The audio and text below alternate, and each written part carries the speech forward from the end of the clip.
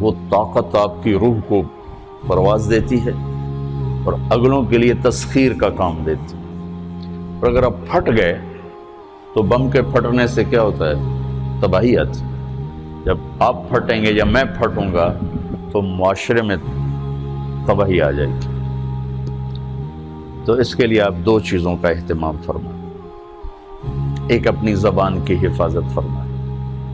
آپ اس 400 کے معاشرے میں کوئی غیبت کرنے والا نہ ہو، کوئی جھوٹ بولنے والا نہ ہو، کوئی کسی کو طنز کرنے والا نہ ہو، تانا دینے والا نہ ہو۔ ایسی بات جو کسی کے دل پہ جا کے چوٹ مارے، اس سے آپ اپنی زبان کو صاف کر لیں۔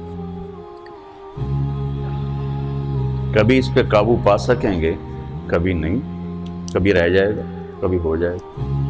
تو جب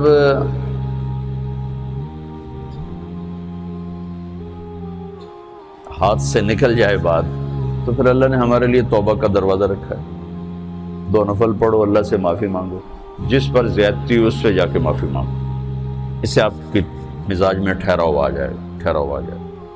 تو میں آپ سب سے یہ گزارش کرتا ہوں کہ اس معاشرے میں آپ اپنی زبان پہ قابو پانا سیکھیں۔ برائے میرا بہت فائدہ ہوگا۔ ایک زندگی گزری ہے، شام قریب ہے، تو پوری زندگی کے تجارب نچوڑ بھی اس میں شامل ہیں، اور تجارب نچوڑ کو گولی مارو اور دیوار پہ ڈال دو۔ میرے نبی کا فرمان اس کے لیے کافی ہے کہ آپ نے فرمایا کہ 2 چیزوں کی ضمانت دے دو، میں جنت کی ضمانت دیتا ہوں۔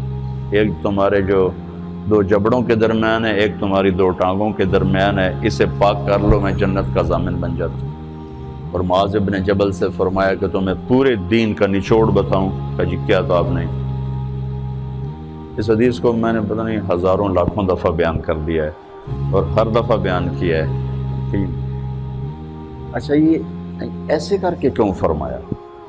یہ پہلے کیا پھر کہا کف ھذا، اور کہا کس کو ہے؟ جن کے بارے میں آتا ہے کہ اس امت کے علماء کا جھنڈا قیامت کے دن معاذ بن جبل کے ہاتھ میں ہوگا۔ اتنے بڑے آدمی۔ تو 18 ہجری میں انتقال ہوا، 1434 ہجری میں اردن گیا تو ان کی قبر سے خوشبو آ رہی تھی۔ 1400 سال گزر گئے، ان کی قبر سے خوشبو کا آنا بند نہیں ہوا۔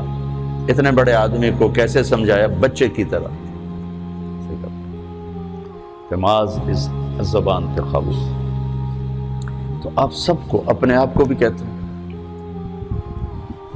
وہ عرب خطیب کہتے ہیں اوصیکم نفسی اولا وایاکم کر کے عام طور پہ خطبہ شروع کرتے ہیں۔ تو میں بھی اپنے ذات سے شروع کر کے آپ سے یہ عرض کرتا ہوں بچوں کہ اپنی زبان پہ قابو پانا سیکھو۔ یہاں اس کی مشق کر لو۔ یہ چھوٹا سا میدان ہے، چھوٹا، ایک تالاب میں ہے، آپ تالاب، یہاں سے نکل کر آپ ایک سمندر میں کودیں گے جہاں کہ رشتوں کی فہرست ہوگی، تعلقات کی فہرست ہوگی، ناگواریوں کے خوفناک خاردار کانٹے ہوں گے، کہیں کہیں پھول ملیں گے ورنہ کانٹوں سے بھرا جہان ہے۔